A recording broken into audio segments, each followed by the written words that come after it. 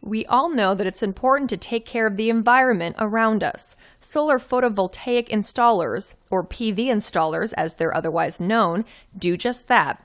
PV installers are at the forefront of renewable energy solutions as businesses and homeowners strive to consume responsibly. PV installers set up and maintain solar panels.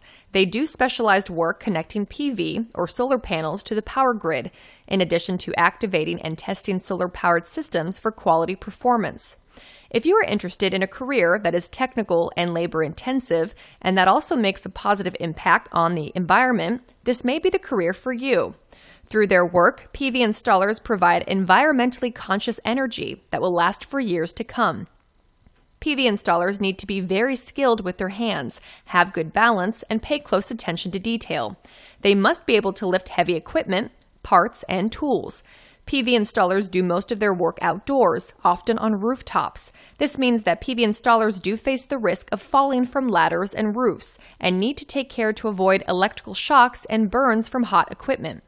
Training to enter the field lasts from a few days to a few months and is available at community colleges and trade schools. Candidates with electrician or construction experience are often considered qualified to enter this career with only on-the-job training.